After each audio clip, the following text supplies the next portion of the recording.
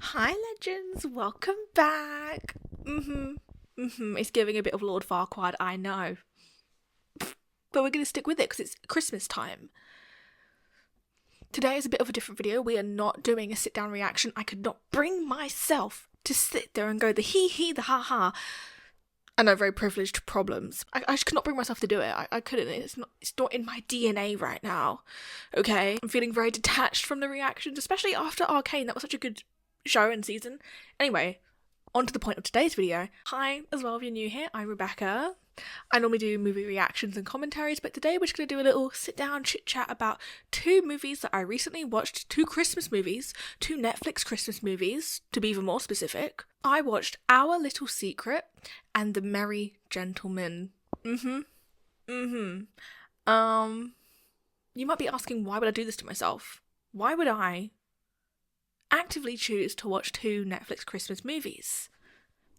I don't know. I don't know what came over me. I think I just wanted to do anything but film a reaction this week. So yeah, today we're going to take a look at both movies to see if they are a present you would unwrap or maybe prefer re-gifting. So first up we have the amazing Lindsay Lohan movie Our Little Secret, also starring Ezra Fitzgerald, aka Ian Harding. It was a ride, okay? Not as bad as the beef I have with the Christmas movie Falling for Christmas. Nothing could be as bad as that. I watched that last year. Ooh, that really was a waste of my time. That was another Lindsay Lohan holiday movie of Netflix, but we're not talking about that today. We are going to do a little short synopsis of each movie. If it's going to be short, probably not. I like to ramble, so buckle in, get a snack, get a drink. Lindsay Lohan plays a character called Avery, and Ezra Fitzgerald, sorry Mr. Ian Harding, I'm going to refer to his character as Ezra because that's how I know him best, but he plays a character called Logan. But do we care? No. Avery and Logan were childhood besties. They were childhood best friends. They grew up together and that friendship blossomed into love. Tale as old as time. However, Avery ends up getting this job opportunity in another state or abroad, and this causes there to be a rift in her and Ezra's relationship. At this point, obviously, they're dating, so he's like, I don't want her to go, I don't want to leave my boo. But embarrassingly, to try and make Avery stay, Ezra decides he's going to try and derail her career and her goals in life by proposing to her. Never a good choice. We've seen Friends. Don't do that. Don't do that. Do not be Ross. He really thought that him getting down on one knee would keep her at home, and she said, no, get back up. Immediately get up. Will you? No, Logan, I will not marry you. This is really embarrassing. This ends with the two of them breaking up, because why would she stop doing her job just to stay with him and not pursue her career further when she's young especially? Yeah, she shuts down that proposal ASAP. She says, stop. And he does, and then he throws like a little hissy fit and mentions her dead mum. He's like, she would not be very proud of you right now.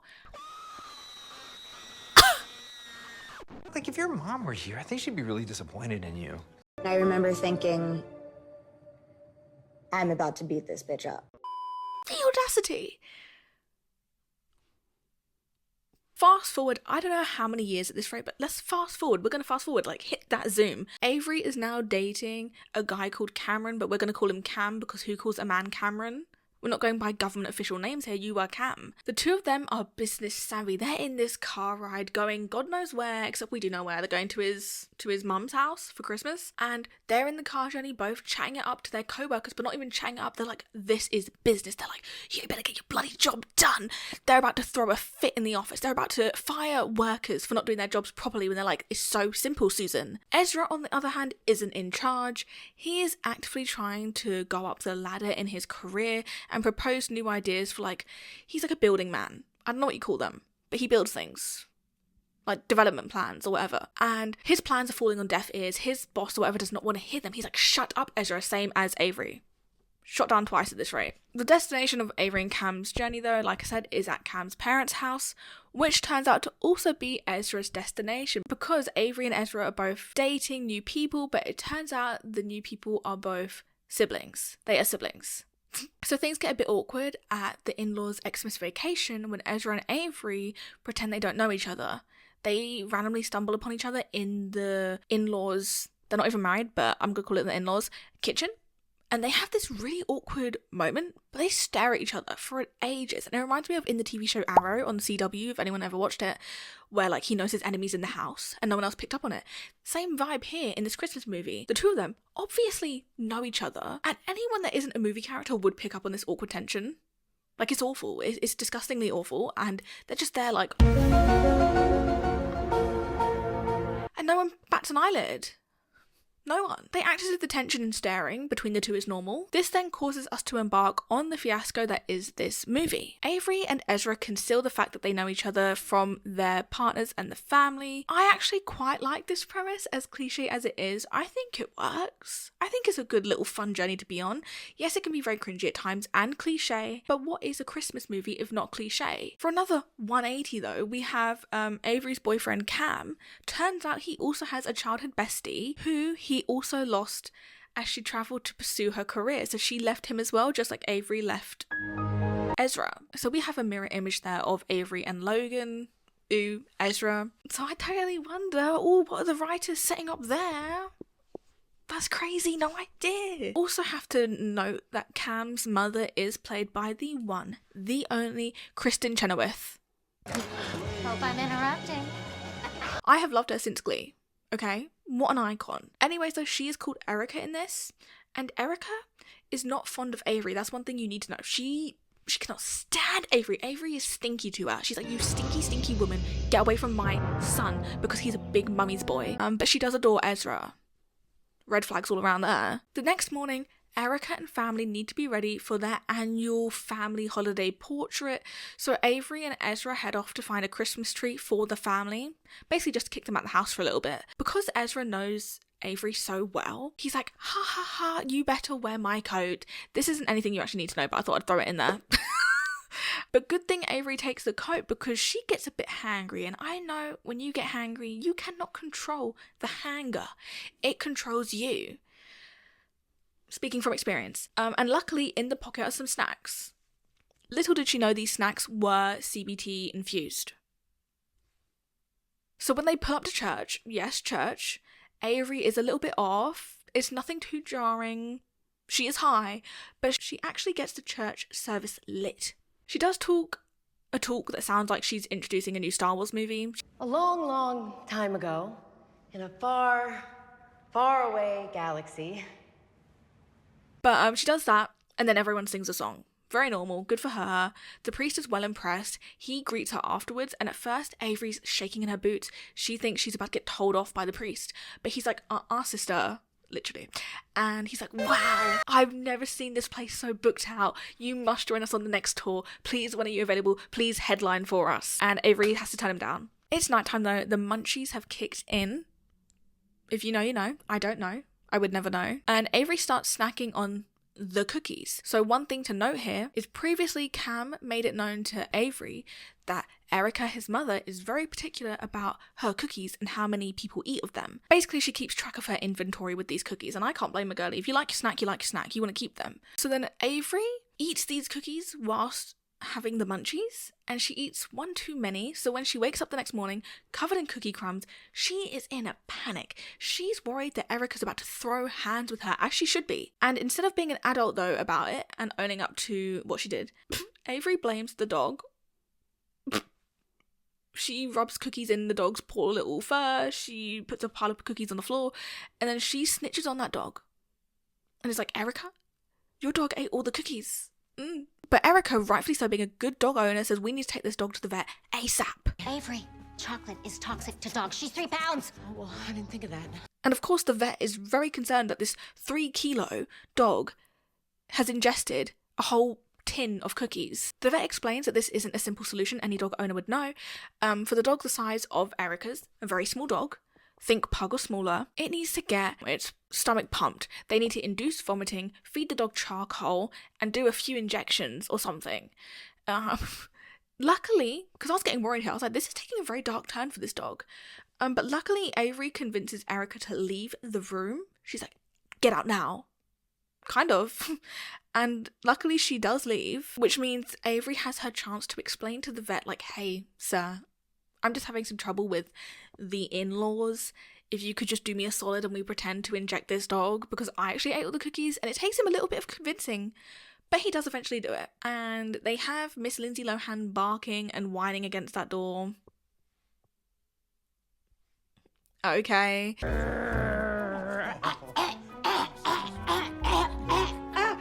So whilst it's a good thing the dog is okay and nothing actually has to happen to the dog, the criminal thing is that the vet charges over $1,000 in fees for the care of the dog that he did. Is that legal to do that? Is it? Because I don't think it sounds very legal. That sounds like a scam, sir. Like, you did nothing to the dog and you're charging her over $1,000. If you're going to charge anything, maybe $50. Over $1,000? Insane. I guess it's going with the ruse that something actually happened to the dog, so if he ever had to pull up the records, it was there, but anyway, so when they return home with the dog, Avery is Erica's new hero. I believe this is a turning point for Erica. She's like, whoa, what a legend in my presence. This woman stayed and helped my dog. She's ready to go back to church. However, we have Ezra on the other hand thinking that Avery has completely lost the plot, and he takes Avery, well, he follows Avery into her room when she's getting changed, mind you. Like, yes, they used to date, but they're not dating anymore. And he's like going at her saying, have you lost your mind? Because from what he witnessed last night of her eating the cookies, the dog did nothing wrong. So he knows the truth, but he doesn't know that nothing happened to the dog at the vet, which Avery does explain to him. However, whilst trying to reassure Ezra that nothing happened to the dog and that she hasn't actually lost the plot, dun dun dun, Cam's sibling, I don't know his name. I don't think I ever heard it once in the movie, and if I did, I wasn't paying attention because I was wrapping presents whilst watching this. However, let's call him Kurt. Kurt blackmails them as he now knows, like, he's overheard their conversation. He now knows the two used to date and that Avery blamed the dog for what she did. I truly thought this was going to be a bigger plot point than it was, but it didn't really have much payoff. It didn't amount to much at all. All that happens is later on, Ezra and Avery rush to pick up Kurt when he calls them, like from a bar, because he's underage for drinking, but they pick him up and they don't snitch on him. That's all that really happens with that. Later in the evening though, Ezra and Avery go to a bar for drinks with their partners when Avery gets a call from her dad's realtor saying she needs a key to get in the house because Bozo lost the key. So Ezra volunteers to take Avery home, and in the childhood home they have a little heart-to-heart. Avery sheds a few tears. She talks about how she would like to raise her kids in this home and keep the house that her parents have had her whole childhood. But she's like, oh, but they're gonna sell it. When they return to Erica's residence though, it is quite late. Ezra stays up, however, to do some of his business proposal for this guy that he met due to meeting Erica, whatever. I don't really care for the business side of the plot. I was just here for the main plot of Avery and Ezra. But whilst doing his work, Cam does stumble through the door very late at night. Let's call it maybe even the early hours of the morning, and he looks guilty. Safe to say we are supposed to assume that he's cheated on Avery with his childhood bestie. That's what we're supposed to assume. Context clues, guys, come on. All of this leads us to the Secret Santa gift exchange where all the tea gets spilled. Earlier in the movie, Kurt blackmailed Ezra and Avery into swapping Secret Santa gifts with him because I don't think he liked the person he got for Secret Santa or something. So Ezra gives up his Secret Santa gift to give to Kurt, whilst Avery switches her Secret Santa with Kurt. See, Kurt's a dumbass because in what world would a gift for someone else work for another person? Dumb. Anyway, I knew from the way they were going with this that the gift they were about to give to this new person would not work, and it didn't work. It was an inappropriate gift for Kurt to gift his mum, and it was a lingerie set. It's a bit awkward. He gifted that to his mum, but you know what? Okay, we move. Also, at this little Secret Santa event, Ezra catches his partner's dad having an affair with the childhood bestie's mum. Very interwoven. Oh, I also love as well when he's like, no. He's like seen too much. He's so fed up at this rate in the movie. It's quite funny. Oh, no. Other secrets get spilled, such as Ezra and Avery knowing each other this whole time and that they were childhood besties because Ezra's partner invites Ezra's grandma and mum to this little Secret Santa get-together, this Christmas get-together. And at this Secret Santa thing, told you everything hits the fan. It gets spilt that Cam cheated on Avery.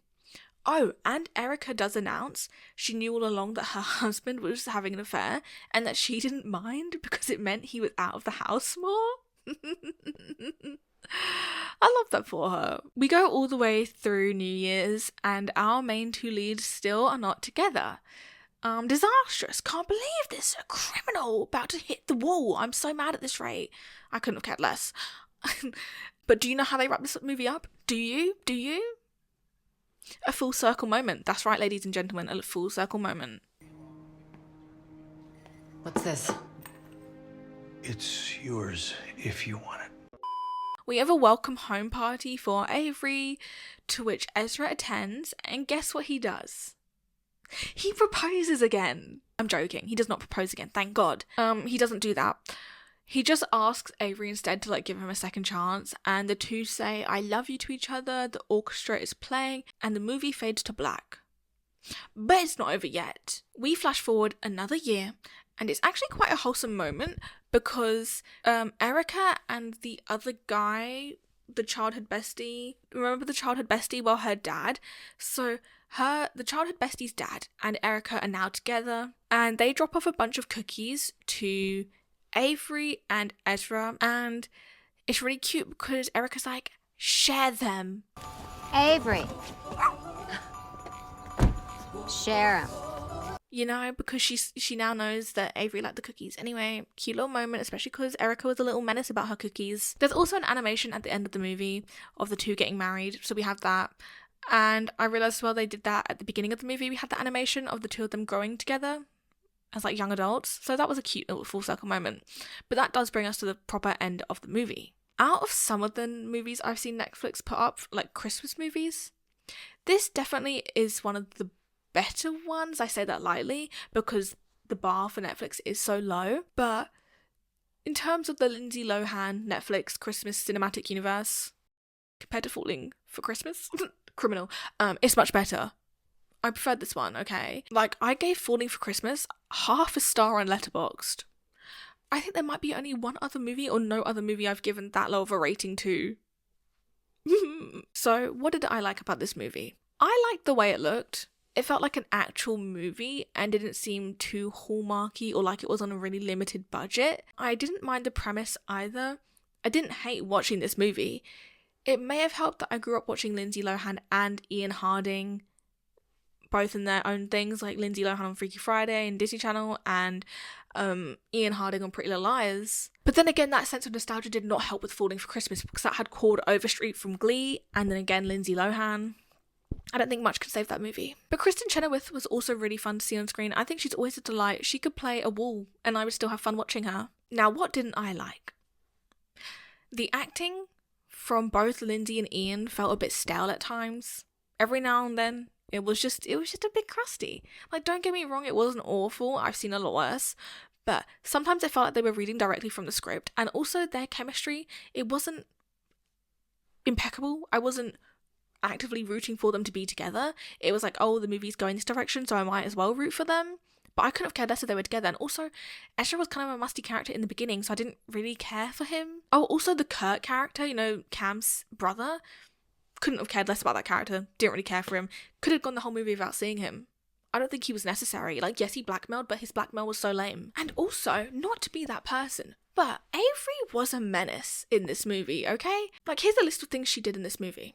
She spilled water, she spits water onto Erica's floor, doesn't clean it up. Questions the family portraits that are hanging up, even actively laughs at them, calling them crazy and ridiculous, and the fact that Erica never ages in them. Gets high, gets the munchies, although getting high was against her will, okay?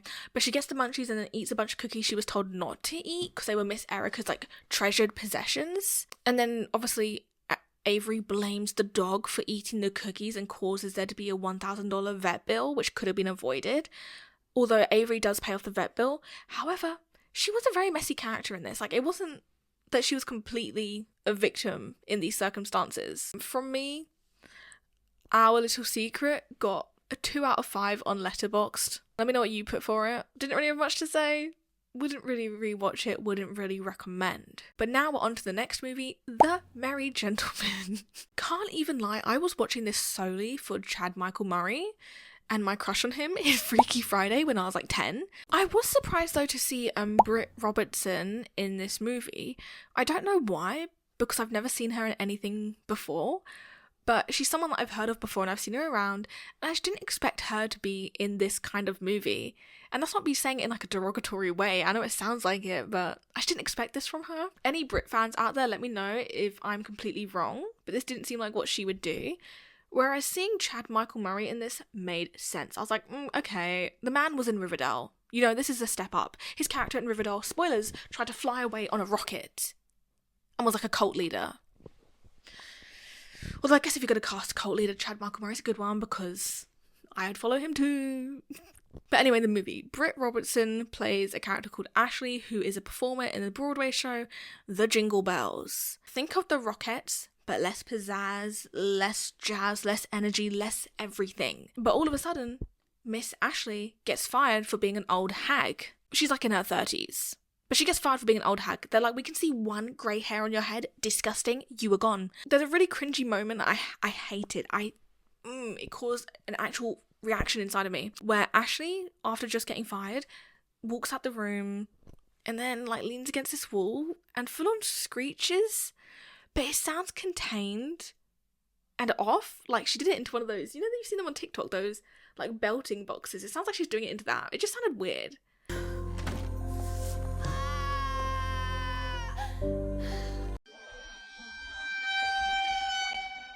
Oh, and then also, Netflix had the audacity to self-promote another Christmas movie in their Christmas movie. And that's not even the end of it. I'll get to it later. Yeah, they did that. I don't know what movie it was. Like another Christmas movie. I don't know what it was called. It was another blondie as the main character. But yeah, what does suck as well, like after Ashley gets fired, she mentions the fact that she has only eaten off of the kids menu for this job, and she's been at this job for 15 years, so she's been like restricting her calories to fit into these outfits and look the part for stage for 15 years, eating the kids menu. Although sometimes the kids menu does slap, you know, like chicken nuggets and chips, can't go wrong. But girl, no, don't do that.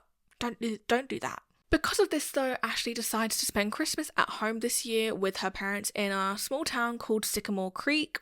Here she bumps into the one, the only Chad Michael Murray. He is playing a character called Luke, and Ashley tumbles around a little. She's like gets wrapped up in his wreath or whatever they're called. Is it a wreath or is it a tinsel? I don't know. It's a green one. But she gets a little tumbly and then she's on her way. And I think Luke's like a little. He does like a little. Like, oh, she's so silly. She's so crazy. But I will say, Chad Michael Murray still has it. Homeboy's gonna like get it. Like, he had me smiling, kicking my feet to this movie. Ashley meets her parents in their bar. It's called like the Rhythm Room, and it's dead. Like, they're about to be. I'm joking, they're not dead. There's no way they're paying any bills though, and they mentioned there's a nice fellow around who's been helping them upkeep the bar and like do some maintenance around here. And who could that be, you might be thinking? It's Luke, of course it is. But yeah, anyways, her parents are having money problems. There's not enough coming through in this bar. No one's coming. It's dead. No one wants to be here. It's not a vibe. The Rhythm Room, no longer a hit. No longer the place to go in town, which is a problem when you're in a small town and people don't even want to come to your place. Doing a welcome home tour, Ashley visits her sister in her diner. I don't really remember what it's called. Don't really care. Don't even know the sister's name. What does matter is it feels like everyone in this movie is trying to set up Ashley and Luke for no reason whatsoever. It's just because they're the main characters and they even know it in that little universe. But Ashley's sister suggests that Luke should drive Ashley around town to get to know the place again because it's been so long since she's been here. And Ashley's like, no, I can't go. I don't know why I'm doing that accent, but stick with it. And she's like, no, I haven't even eaten my dinner yet. To which Ashley's sister's already packed her like lunch to go. So there's no excuses. And they send her off with Luke. It's criminal as well because Ashley's just been shoving her face with cookies and there's a whole lot of chocolate smudge on her face and no one tells her. No one. I'd fire my family. You're not family. Didn't tell me. Haters. In the car, Ashley and Luke do some carpool karaoke. And one thing I noticed is Chad Michael Murray's voice sounds like Penn Badgley's in You. It really caught me off guard because he's never sounded like that before. And it was only when he was speaking in a deeper tone that it sounded like that. But it was so jarring. I was like, who? Are you about to murder me? Are you about to eliminate me? It felt like that. It felt like I had to keep my guard up. Like when I first moved here, I didn't know very many people, but I loved going to the rhythm room. The next day, though, Ashley goes to the rhythm room to see her parents or something. I don't know what. She's on a little side quest. But instead of seeing her parents, she sees Luke. And he's naked. Except he isn't. He just looks it. Because we don't see him from the waist down, and she even thinks so too. But he's like, nah, girlie, I'm just doing some work here on the bar, yeah. And I've got my shirt off because that's normal. It's that hot in Christmas time, apparently. I mean, he does look good. He is sculpted to the gods. Drop the workout routine, sir. Like, sure, I'll change the definition of Christmas to being about Chad Michael Murray being shirtless. I will. It's the new Christmas spirit. I'm all down for it. If I didn't have a will to live before, I do now. Denise, played by Marissa from Wizards of Waverly Place. Biggest shock of my life. I haven't seen her around in ages, but here she is looking exactly the same as she used to. Slay. She is the parents' landlord of this place, and she comes in saying like, good news, good news. Turns out there's another business in town willing to buy the rhythm room, which to me sounds like really bad business practice because this place is failing and you want to buy it. Losers. But like, yes, your parents can lose the business they love. How exciting. Only a landlord could be that stupid. Landlords really are just dumbasses that can't read a room, which is very ironic because the whole thing is about selling rooms. Whilst being told this though, something sparks in Ashley's brain, and it may have helped that she just saw a shirtless Chad Michael Murray. And she says to Denise that the building cannot be sold because she has an idea to bring money in. Like, it's not over yet, Denise. Sit down, Denise. There will be a show at the Rhythm Room called The Merry Gentlemen. They recruit Luke, the sister's husband, and the bartender guy, and dance rehearsals start ASAP. Considering they only have 10 days to put this show together before their debut, they needed to get this work up. They needed to work their asses off and stop being lazy. Somewhere in the dance rehearsals, Ashley decides, you know what? I need to teach Luke how to slow dance because why would you not? You know, look at that face. Why would you not? Why would you not take the opportunity to do that? And they have a little cute moment. I like the moment. I was not a hater of the moment. The acting in this is better than the acting in Our Little Secret, okay? Don't come for me. Yeah, okay, that's a single handhold. Single handle? Mm-hmm. Yeah. This is a two-hand hold. No.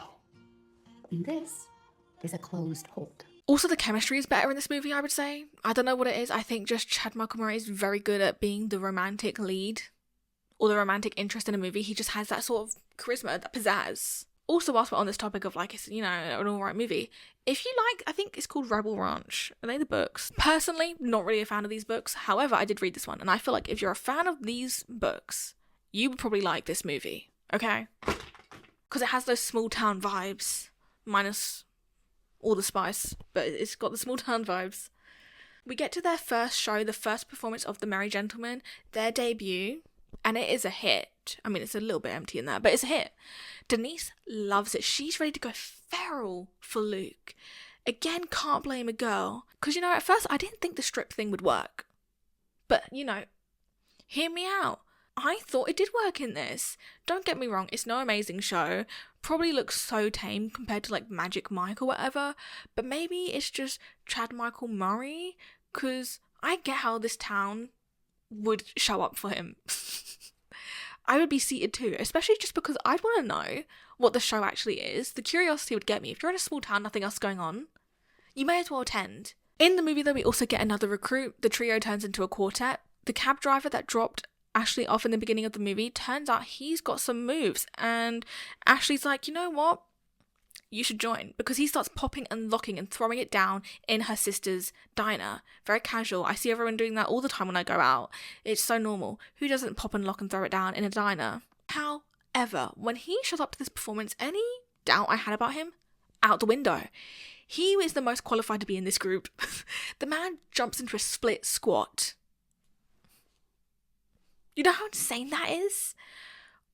So yeah, he's definitely the best one in the group. He's definitely most qualified to be here. He's probably overqualified at this rate. The second performance we see of the Merry Gentleman is a lot more put together than the first. It's a proper show at this rate now. However, we have like a little disaster moment when they are set to perform their probably first sold out show when the sister's husband gets a sprained ankle.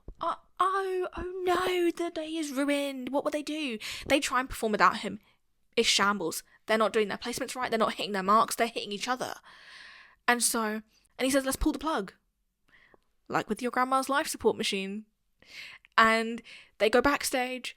And luckily though, the man who's been at the bar this entire time, he's like some old guy that just tends to do crosswords at the bar. He's watched them do every single rehearsal. He's watched every single show. And he steps in. He's not the father that stepped up. He's the father that stepped in. And he takes the sister's husband's place, and he joins them on stage, and he kills the show. He's definitely a deal for the old ladies, and they're like, wow. The Merry Gentlemen do so well in Sycamore Creek that they make it onto their, like, news television show. And Stardom, this is Stardom, they get their 15 minutes of fame here. Love that for them. We later end up in a barn place, and I don't really know how we ended up here. It just reminds me of Hannah Montana. And in the barn, we have a little sweet moment with Luke and Ashley, and it's a nice little callback to when she forced him to like slow dance with her, and I like it. It works. It's a single handle. This is a two handle. Yes. This is a closed door. They end up kissing, and bam, end of movie. We're done. Nah, I'm joking. There's a lot more to go through, but it was a cute little moment. I'm not a hater. I liked it. Their chemistry works. After Ashley and Luke share a sweet moment, we have another disaster moment. Okay, Jodie, who was the director of the Jingle Bells, which was the show Ashley was in but then was fired for being an old hag, calls her back, begging her to join again. They're like, it's a disaster with the new girl. They're offering Ashley a 3-year contract plus a 25% bonus. Like, they're increasing her pay. So I'm like, this is very hard to turn down. And she says the same thing. Ashley's the same. She's like, how do I turn this down? And she doesn't. And I don't blame her. She crawls back to the people that called her an old hag. And honestly, I just find it hard to blame her when they're offering all of that. Anyway, I don't think it's very fair when after hearing about this, Luke says, city girls are all the same. Because he had an ex-wife, by the way. He's divorced. And she left him to go to the big city. I don't think it's fair that he said that city girls are all the same. Because Ashley's worked her whole life to be on Broadway. Why would you not want to be on Broadway if that's what you've worked for? I can't blame her. I really can't. She's right for saying she would be throwing away everything she's worked for if she stays in this small town to be the director of the Merry Gentleman when she could be out there on Broadway as the main star on the Jingle Bells. Like, I get it. It's about drive. It's about power. In this scene as well, though, when they're outside talking about Ashley leaving them, this is Ashley and Luke talking. The lighting is just a little bit odd. I'm not a fan of it. Sometimes it seems really harsh on Ashley's face and then kind of soft on Luke's. And it was kind of jarring to see. It didn't feel like it fit well. And then in the following scene, we have some odd camera work where Ashley is talking to her sister and the camera slowly moves around them. And it's like they're waiting to do a reveal, but then nothing happens and it just feels like an odd choice. I feel like if you're doing that kind of camera work, it's more in like a horror or thriller where they're panning and then you see someone standing in the background or there's going to be a scare. But there wasn't really any payoff. It feels like the movement was thrown in just to add something different to the movie, so they're not doing the simple basic editing of person speaking, person speaking, person speaking, person speaking. But I feel like that would have been better for this scene. However, I guess there is some sort of reveal at the very end of the scene as the two sisters walk away. They do show that Luke is just hiding under a table doing some maintenance, but he's just under a table crouched down like a little creep. And he heard the whole thing. He heard Ashley say, oh, he's a good guy, I don't know what to do, he won't answer my phone calls, oh god. But yeah, I guess there was a reveal. It wasn't done very well is what I'm saying. At rehearsals without Jodie present, the Merry Gentlemen do fall to pieces. I know, that's right. Men crumbling without women. That is right. Egos clash. It's Christmas Eve. Tensions are high. And they're fumbling, okay? Ashley, however, is stuck in traffic trying to get to the airport to go to New York City to go to the Jingle Bells. And the Merry Gentlemen are performing, but Luke is like, stop the music. Pull the plug yet again. Grandpa is dead. Because he can't do it without Ashley here. He's like, it's not working. My girlie isn't here. My motivation isn't here. But then, wait, she shows up. The traffic was too much. She said, can't be waiting in that line. Takes that little taxi back to the rhythm room, and she sits front row to watch her boyfriend strip. And the second he sees her, he's like, put the music back on, and he's like, starts stripping. It's crazy. Ashley then tells Luke she told Jodie no to the Jingle Bells, and she will be staying at Sycamore Creek. The two make up and make out, and I can't lie, I did a little when Chad Michael Murray, aka Luke, picks Ashley up mid-kiss, and he's like holding her up. Oh, I see your move, sir, I see. But yes, this whole time they've been raising money for the rhythm room. They raised like $30,000, so the rhythm room is saved, Denise has her rent, and Ashley's parents' building won't be sold. The most unrealistic part of this Christmas day, though, is them inviting Denise, their landlord, to Christmas dinner. Definitely a choice. Ashley and Luke then go on to talk about their favourite Christmas memories of this year, and Ashley's like, ooh, baking with my mother, and performing at the Jingle Bells, and Luke says, this one. Okay, Rizzmaster. Well, this one.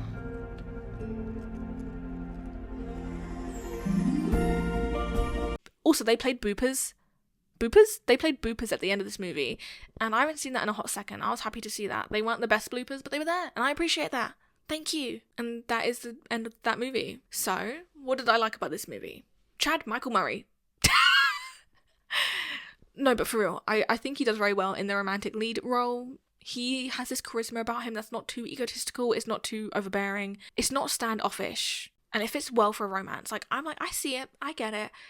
I also have had a crush on him since Freaky Friday, so that probably helps. We also have Britt Robertson, who I did like in this movie. I thought she did it very well. I think she's a very solid actress, and if I was to see her in another movie, I wouldn't be like, oh god, oh, stay away from that. I'd probably watch it. I wouldn't be against it.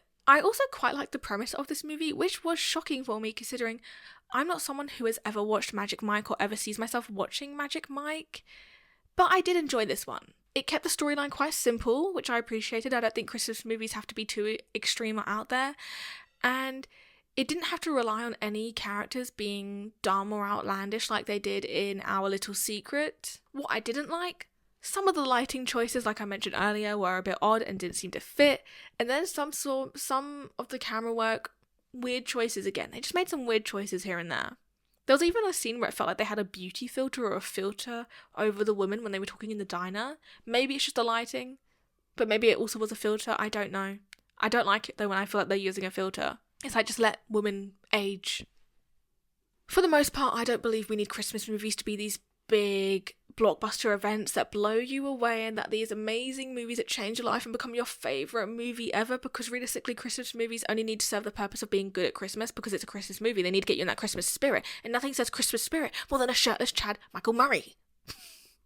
All I feel the Christmas movie needs is a cozy feeling, maybe a good romance and a cozy little storyline. Because I couldn't care less if the plot is predictable and if we are recycling all of the same tropes. Because again, like I said earlier, what is a Christmas movie if not cliche? I love a good cliche movie, okay? I don't have maybe the best taste in movies, you might think that now. I don't care. It's my taste. And you can disagree, I really don't mind. I just think, like, I will wholeheartedly say I love Twilight. And ironically, I love it. It's up here somewhere. Both of these movies did not make me want to gouge my eyes out. So there's a win. It may have helped that I was semi-distracted, that during The Merry Gentleman I was drawing and Christmas shopping, and then during Our Little Secret I was wrapping presents. So I think they're good movies to multitask to. Like, if you want to get some tasks done, they can go on in the background and they're not gonna make you want to end it all. But let's not get it twisted as well. Like, I did enjoy these to an extent, but they're never gonna be Christmas classics like Elf, Home Alone, or for me personally, Jingle All the Way. They're never gonna be at that level. But if you need something that hits like a sweet little treat, perhaps you can give The Merry Gentleman a go. Or even Our Little Secret for something a bit sillier. But that's all my recommendation would be. Oh, also, my Letterboxd ranking for The Merry Gentleman was a 3 out of 5. And it was because of Chad Michael Murray, okay? That extra star was for him. I'm not even ashamed about that. What was a bad Christmas movie though, and I'll keep harping on this, is Falling for Christmas. I want those hours back. I want those minutes back. I was multitasking during that movie as well last year. Still didn't help it. It was still god awful. definitely keep the receipt for that one. So yeah, overall, Our Little Secret got a 2 out of 5. The Merry Gentleman got a 3 out of 5. Let me know what you think of these movies. Have you watched them? Would you watch them? Especially now that you've seen me kind of tear maybe them a little bit apart. Although I didn't really tear them apart. I actually was quite generous with how I spoke about them. But yeah, that's it from me. I will see you in the next one. Merry Christmas, everyone. This might be my last video before Christmas, so I hope you have a good one. Festive seasons. Woo!